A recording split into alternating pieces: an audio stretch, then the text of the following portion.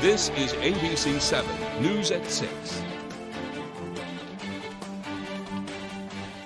Good evening, everyone, and thanks for joining us. I'm Peter Dubois. As we start things off this evening, a public hearing that's focused on proposed increases and protections for Maine lobster is wrapping up right now in Ellsworth. Our Beth Jones joins us now live from Ellsworth with more. Beth, what can you tell us? Thanks, Pete. We are here in the Ellsworth High School cafeteria where that public meeting wrapped up just a few minutes ago regarding this newest issue that the Maine lobstermen and women could now be facing. Now, this has to do with potentially setting new standards and limits on both the minimum size and the maximum size of lobster that Maine lobstermen and women are allowed to catch versus what they would be obligated to throw back. The idea here is that they would now be throwing back even more lobster than what they already do, impacting their catch. Now, this has been actually brewing for a while now, at least a couple of years, but because of all the controversy over the new rules meant to protect North Atlantic right whales, this issue of lobster size changes was actually tabled for at least 2 years. Well, now it's back on the table, and Maine lobstermen and women have now something new they need to potentially worry about. Now, the concern comes from the Department of Marine Resources as well as the Atlantic States Marine Fisheries Commission. The concern is over the possible diminishing of the lobster spawning stock, meaning reproducing lobsters, and the potential that that population is going down due to fishing. Now, needless to say, lobster men and women had plenty to say on this issue. They are worried about their livelihoods and what these size changes could mean for them, and they were not shy about expressing that concern.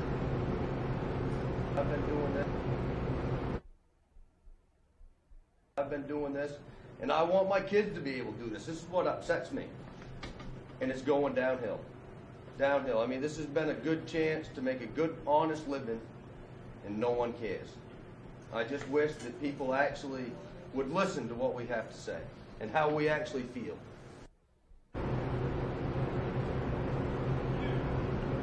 All right, well, coming up a little bit later in the show, we're actually going to have a live conversation with the Maine Lobster Union Executive Director, Virginia Olson. She's going to shed a little more light on what exactly is going on here, as well as a bit more detail on the options that Maine lobstermen and women have in terms of approaching these potential new size standards. For now, we're going to send it back to you in the studio, Pete. All right, Beth, thanks so much. Meanwhile, fire crews are still on scene in Smithfield at this hour after a mid-afternoon fire that spread quickly on North Pond. Take a look at these images that are coming into us from former firefighter Pete Pelletier there on your screen now. Pelletier tells us that 3 cabins are considered total losses. Windy conditions caused the flames to spread quickly, forcing firefighters to take a defensive approach in order to save other camps nearby. At least 10 departments responded to the mutual aid call on Yvonne Lane, which is off North Shore Drive in Smithfield. We are told the fire is under control at this time, and we'll bring you any updates as we get them. Maine communities are mourning the loss of a beloved public official. Our David Ledford has their story. From the police department to the fire department to the ambulance, I've spoken with all of them, and they're pretty upset. You know, it was a shock. The Penobscot County Sheriff's Office notified the public Wednesday of the passing of Penobscot County Jail Administrator Captain Nick Hardwick. Some of those who knew him best say that Hardwick impacted both the Southwest Harbor and Greater Bangor communities throughout his career and personal life. The way I feel is I feel a big loss, and a person like Nick is hard to replace. He's done tremendous work for us. In a statement from the Penobscot County Sheriff's Office, Sheriff Troy Morton and Chief Deputy John Knapp looked back on Hardwick's life of service. Captain Hardwick's infectious laugh and caring personality had a tremendous impact on those he worked with, the inmate population, and the citizens he encountered. While Nick's commitment to his service was important, nothing compared to the love he shared for his family. Above all, Hardwick's friends say that he spread joy to those around him, including his loving family. He was definitely a family man, loved his wife and his children. As a matter of fact, they were on vacation when he passed with the family, so it's really a sad thing. The Penobscot County Sheriff's Office asks that everyone be respectful of the family's privacy during this time. In Southwest Harbor, David Ledford, ABC 7 and Fox 22 News. In other news tonight, the man who allegedly robbed the Goodwill store in Waterville last fall has been arrested. Waterville's interim police chief William Bonney says officers searched the home of Kevin Barr and arrested him on Wednesday. At the time of his arrest, Barr was in possession of fentanyl powder. The Goodwill store located on the concourse in Waterville was robbed in November by an armed man who fled on foot. Bonney says evidence was collected and Kevin Barr became a suspect in the case. Barr's arraignment is scheduled for May 8th. His bail set at $10,000 cash. An accident on Route 1A has sent one man to the hospital. According to Holden Police Detective Sergeant Andrew Whitehouse, Holden Police responded to a two-vehicle crash on Route 1A around 10 a.m. this morning.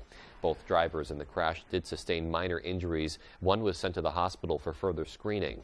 Whitehouse says Holden Police received multiple erratic driving complaints about one of the vehicles involved shortly before the crash. The suspect vehicle was all over the road, traveling down the center lane, and then shortly after that we got the report of the crash. Both vehicles were towed away from the scene. Whitehouse says Holden Police suspect that impaired driving may have been a factor in that crash. Meanwhile, a handful of motorists in Maine are appealing to keep their custom license plates after the state cracked down on naughty words, including unabbreviated expletives. So far, the state has rejected all appeals, including that of a vegan motorist's license plate that incorporated the words love and tofu. Until recently, Maine had virtually no limits on what the plates could say, allowing profanities and sexual vulgarity to be on display. After complaints, the state is reestablishing a review process and has recalled more than 200 plates. A state official says she's happy most motorists have relinquished their objectionable license plates without a fight. A Maine school system has decided to keep certain books in its library despite some parents' disapproval. After a heated debate, the RSU 24 Board of Directors voted Tuesday to keep two books in their Charles M. Sumner Learning Campus Library. The books, Genderqueer, a Memoir, and Queer, the Ultimate Guide for LGBTQ Teens, have drawn criticism for sexual content. One board member shared his explanation for the decision. To me, the value of these works to the LGBTQ community in our schools and those that wish to better understand the struggles of that community outweighs that potential negative impact of the controversial sections. After public comment focused on whether the books were appropriate for middle schoolers, the board members ultimately decided to keep both books in the high school section of the library. Members stressed that library content is not part of the regular curriculum, but an option, rather, for readers to supplement their learning. Community members were invited to participate in a public community workshop for the past 2 days to discuss how to revitalize Bangor through outdoor recreation. This comes after the city was selected last spring to receive financial assistance through the Recreation Economy for Rural Communities program. State, federal, and local organizers came together at Husson University's Alfond Hall to develop an action plan on how to improve, connect, and promote outdoor recreation in Bangor. Senior planner Amanda Ponce, who was hired by the city to help facilitate the workshop, says she's happy to be working with the Bangor community.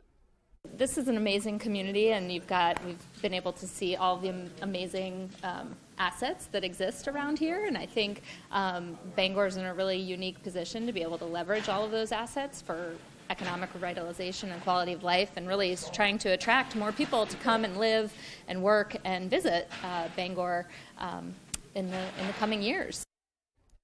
And Lauren Coombs, who's senior policy analyst for the EPA Office of Community Revitalization, say participants thought of unique ideas that include trail connections, more signage, and a boat launch area.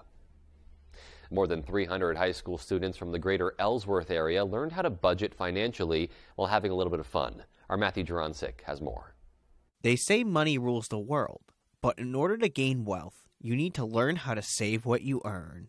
That's what high school students in the Ellsworth region did Thursday during the Maine Credit Union League's Financial Fitness Fair at Hancock County Technical Center. Students were asked to pick a career path with an estimated monthly income, making decisions on expenses they'll see after graduation. To see our students have this opportunity to work on real life skills, things that they're going to have to know how to do when there's really no playbook for this. Just kind of neat to be able to see that. Students were given a budget sheet where they had a budget for transportation, food, and housing, while staying in the green financially. By the end of the Financial Fitness Fair, students took the time to see whether they were above or below budget, but it's the lessons that they learned from this that made this experience worthwhile. It's been very eye-opening. A lot of kids nowadays don't understand how important it is to know how to live the real world, because it's definitely not easy. As an 18-year-old, it's been very hard because I got my first credit card, and this was actually super helpful with understanding how to start budgeting myself. Maine Credit Union League's Financial Literacy Outreach Coordinator Jake Holmes says this experience has helped more than 70,000 Maine students plan for their future since 2004. That's that critical thinking. They have to go back, and maybe they end up choosing that used compact car instead. The wheels are turning. It's just an insightful, educational, and even fun experience for the students. In Ellsworth, Matthew Juroncic reporting for ABC7 and Fox 22 News. All right, as we turn our attention to the outdoors, another fair and just mild day out there. Nothing to complain about really weather-wise, but we're going to take a pause now and take a first look at what's coming our way. Thank you so much, Peter. Our first weather is brought to you by Saliba's Rug Cleaners, Maine's largest rug cleaning destination for over 70 years. Okay, what a nice day out there again today. Temperatures were at around 41 degrees above average. Same thing in Bar Harbor, even up north, Millinocket with a lot more snow. They were in the 40s. So wow, another nice and mild day. We did have a couple of sprinkles and some flurries early on. No accumulations like expected. This is starting to wind down and really taper off in the area. So we are finally starting to look much better. We just have some overcast conditions. It is a bit breezy out there though. 12-mile-an-hour sustained winds here in town. Not much by the coast, so that's why we don't have any watches or advisories out by the coast. No small craft advisories as well. Waterville is coming in with around 14-mile-an-hour sustained winds. Gusts close to 20 to 25, so not a big issue there, especially with those temperatures in the 40s. Tonight, though, things will continue to refreeze, so be careful by those morning hours tomorrow. Peter? Alrighty, Conrad, thanks so much. And coming up, Beth Jones will join us again from Ellsworth in the aftermath of that public hearing focused on Maine lobster protections. Stay with us.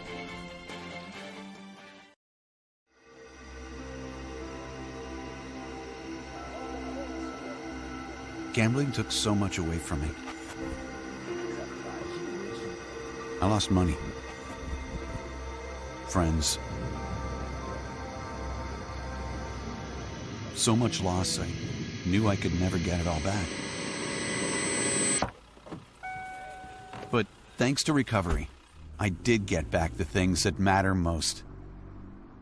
Get ready. The Orange Event at Ashley is coming soon. For 3 days only, shop in-store or online for the biggest event of the year. Or shop now with financing options for every budget. The Orange Event is happening March 10th through the 12th. Only at America's #1 furniture and mattress store, Ashley. If you're waiting for a sign that it's time to finally tackle that window project, here it is. Renewal by Anderson's incredible window replacement days. Get all the benefits of Renewal by Anderson's exclusive and easy replacement window process. And save a lot of money while you're at it. An immediate design consultation, exclusive Fibrix composite material windows, and precise installation by highly trained certified master installers. You get it all during Renewal by Anderson's window replacement days. Call Renewal by Anderson today and take advantage of this limited time offer and special financing.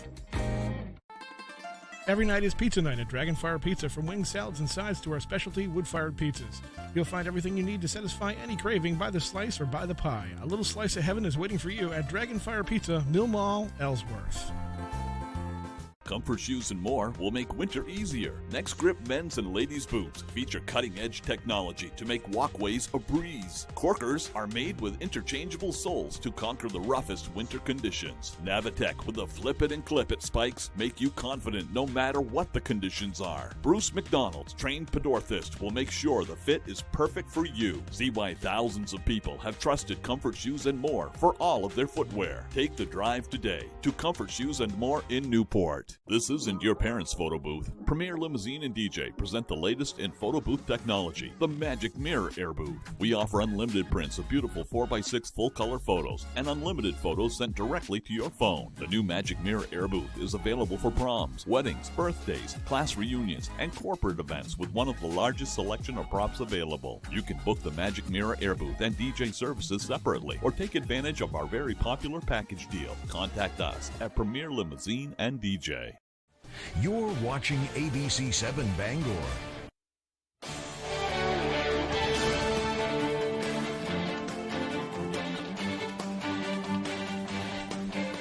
Welcome back. We turn again now to that public hearing in Ellsworth that was focused on expanded protections for the Gulf of Maine's lobster fishery. Beth Jones joins us again live.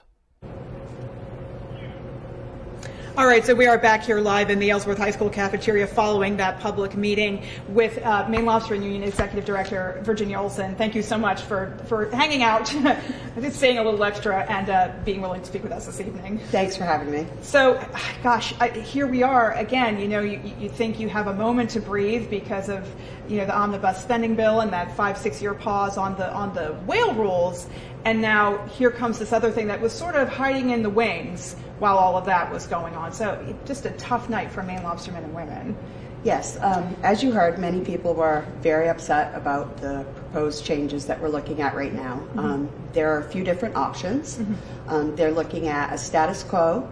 They're talking about having some changes that would do with the size of our small measure. So Mm-hmm. we'd be looking at keeping a larger lobster, Mm-hmm.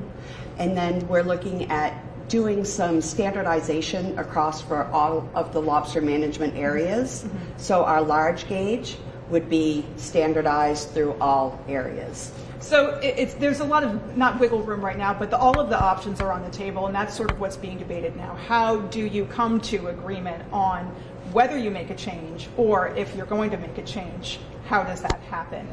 But it is impactful because now this increases the amount of lobsters that you all, in theory, would have to throw back because of this new size standardization. Correct. And there's a few different options on the table, like would we make a small change now? Would we do a few different gauge changes and then change the size of the vents in our trap? Those escape vents are how lobsters get out that are smaller.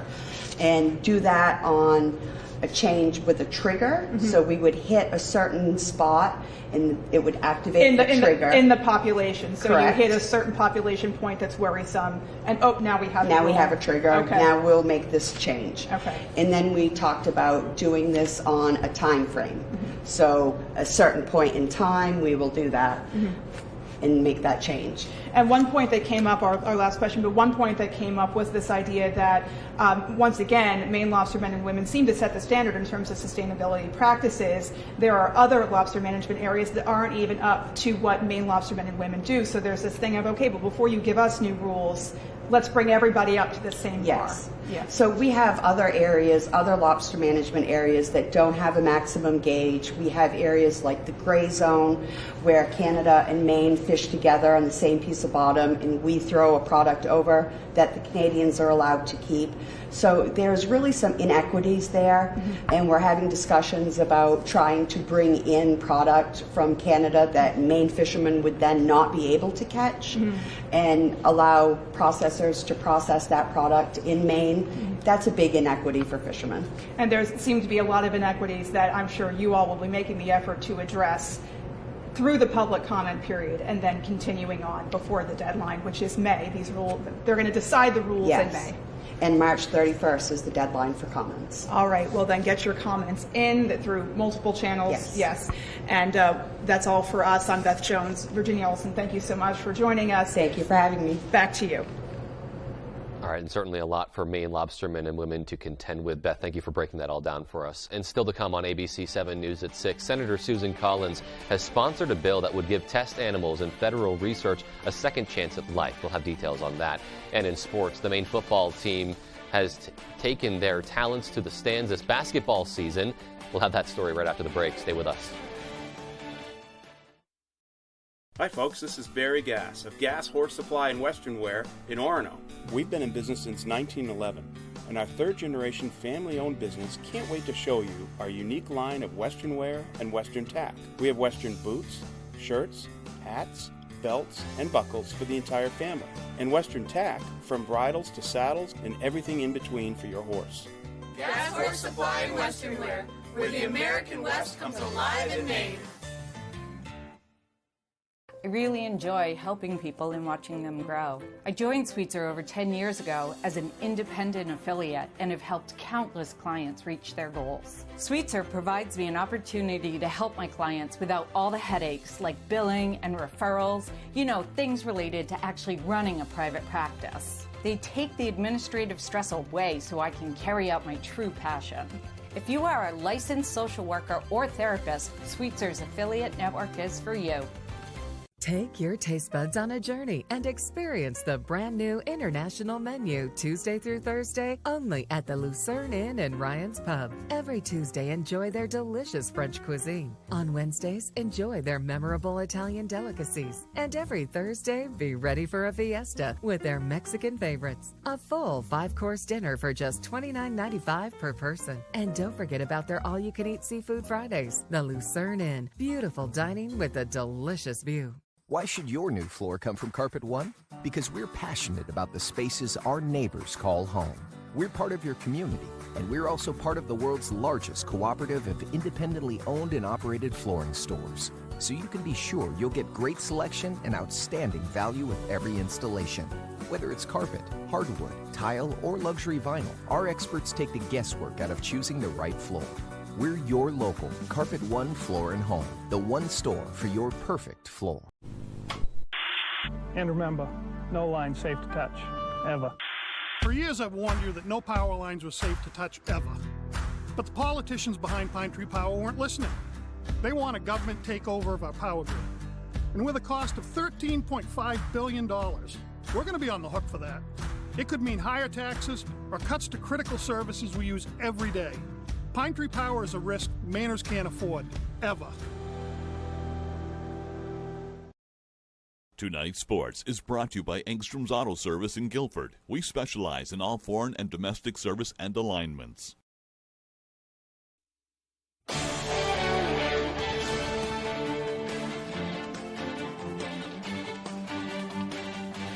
Welcome back in, everyone. Thank you for staying with us. If you were at the pit for any of the Black Bears' most recent home games, you know there was something special going on up in the student section with the Maine football team showing out in droves to support their fellow Black Bears, making every home game something memorable. When you bring 100 college men in the stand, they bring a different energy. That element, that six-man element, there's no substitute for it. In the fall, they make their presence felt in between the lines. But now, Maine football has brought their energy over to the pit as Black Bears Hoops #1 fans. Since we're always on the field, being up there, it was kind of more hype because you really get into the game even though you're not playing. And it reminded me of this football season because it's the same atmosphere, the same energy, the grit. It felt like we were playing in these games, and we enjoyed. We waited till 7 o'clock till those games could happen because they were just that much enjoyable and that much fun. I think half the guys on the team legitimately couldn't speak the next morning, especially when we had the back-to-back with Bryant and Binghamton on back-to-back nights that Tuesday, Wednesday. I mean, for the rest of the weekend, we're still recovering, honestly, right now. And when they do converge on Memorial Gym, it turns into what some may call one of the best home court advantages America East has to offer, especially compared to some other schools. One of the refs said this is the best atmosphere he's been to all year. They're incredible. Yeah, I mean, I saw the crowd at Albany this weekend, and compared to us, it was honestly pathetic. It made me sad to look and see that was a semifinal America East playoff game, and that's the crowd they had on hand, compared to the quarterfinal when we had this place packed. I mean, we were doing the wave. On the surface, they may be there to cheer for Maine, but sometimes it gets a little deeper than that, and the competitive instincts just take over. Obviously, we're going to support our team. Obviously, being loud is supportive enough for them, just causing that chaos. But when you get another player to react to your, whatever it be, chirps or chants or whatever, I think you won mentally. That's kind of why we're there. We're trying to get into the other team's head so that, Maine can benefit. Once we see, them start chirping back at us, it kind of gets us fired up as well. All in all, what they set out to do is support other Black Bear student athletes. It's safe to say they do a pretty darn good job at it. I think we kind of realized how much of an impact we really do have and also how much they really appreciate it, which meant a lot to us. I mean, it's just supporting our fellow athletes. I mean, they come to our games, we go to their games, just creating a relationship as a whole school throughout the sports department. I feel like that's special. We can't thank them enough. I mean, their whole team, Coach Stevens and his staff, the support that we've gotten from them and everybody else in the athletic department has been tremendous. Always good catching up with former sports intern Jack Webb. That's all the time we have for sports. Here is Conrad Sapinski with your full 5-day forecast. Thank you so much, Tyler. Our main weather is brought to you by C&K Variety. Stop by C&K Variety in Herman today for hand-tossed pizza, subs, salads, and more. C&K Variety, your local go-to convenience store. What a overcast day out there today. It was pretty mild once again. Our average should be in those mid to upper 30s, and once again we hit those lower 40s. We did have a couple of flurries early on, then some sprinkles, but no accumulations as temperatures are well above freezing.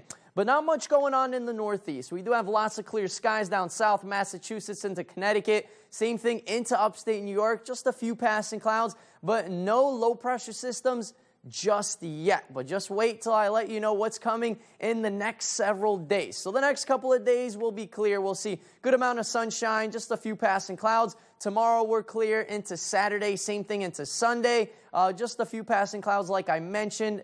Just ahead of another low that will be moving on in Monday night into Tuesday. Winds are starting to be more on the breezy end. Still not looking too bad. 12-mile-an-hour sustained winds here in town. Bar Harbor, 9 miles per hour. Machias, 12 miles an hour as well. So wind gusts closer to 20 to 25, so that's not a big issue for us today. Let's talk a little bit about temperatures. I know some of you folks are excited. We've had some 40s. It really felt like a taste of spring as that warmer air continues to make its way up north. No surprises here. New York City, D.C., we're back into the 50s once again. And that's pretty much going to be your jet stream the next week or so. It's pretty much going to be hovering just like that, where temperatures here in town are going to be slightly above average and then coming down to near average temperatures. So not much movement in our jet stream just yet. The last several days have been pretty mild. I know last couple of weeks have been a little bit on the cooler end. We had temperatures in the teens, then back in the 20s, a little bit of snow moved in. But really the last several days, I'd say maybe the last week has been really mild. Temperatures in the 30s, even some mid-40s outside, so it's been nice and pleasant. Our average should be around 38 degrees this time of year, so take a look at the next several days. Friday into Saturday, okay, we're in the 40s. Sunday, though, a nice, pleasant day. Temperatures in the mid-40s, good amount of sunshine, and then we slowly cool off. The jet stream starts to dip down slowly, and we're going to be in those mid to upper 30s with a little bit more snow moving on in. Tonight, though, another mildish night. Temperatures around 22 degrees, partly cloudy skies. Might be a pretty good night to go outside and see some stars if you'd like. Just bundle up out there. Tomorrow, another nice day. Good amount of sunshine. Temperatures around 41 degrees. A light breeze, so not much to talk about with the winds for tomorrow. Our extended forecast outlook does show 40s down the board. Wow. Into Monday. Then it gets a bit interesting. Monday night into Tuesday, we have another low pressure system moving on in. Might be mixing with a little bit of rain on Tuesday. So we'll see exactly how much snow we're going to get, but possibly a couple to even several inches are on the way. Tonight's Stock Report is brought to you by Maine Valve, with more than 30 years of experience across the state of Maine, providing top quality real estate services.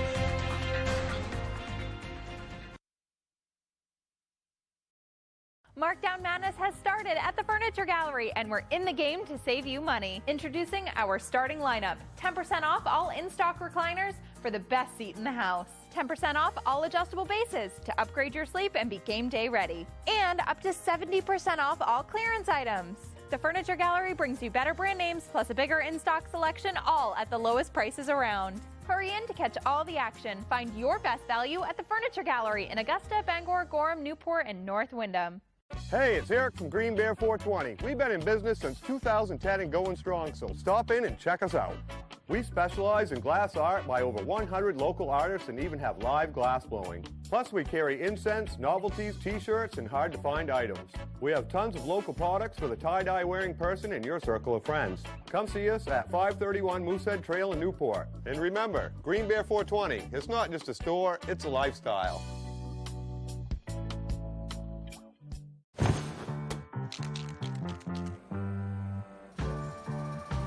Hey, Maine. How are you? Yes, you. How are you really? It's a question we rarely ask ourselves. But to Northern Light Health, how you are means a lot. So we're out here asking and encouraging you to ask the people in your life, starting with yourself. So ask away. Then connect with us at northernlighthealth.org/howareyu.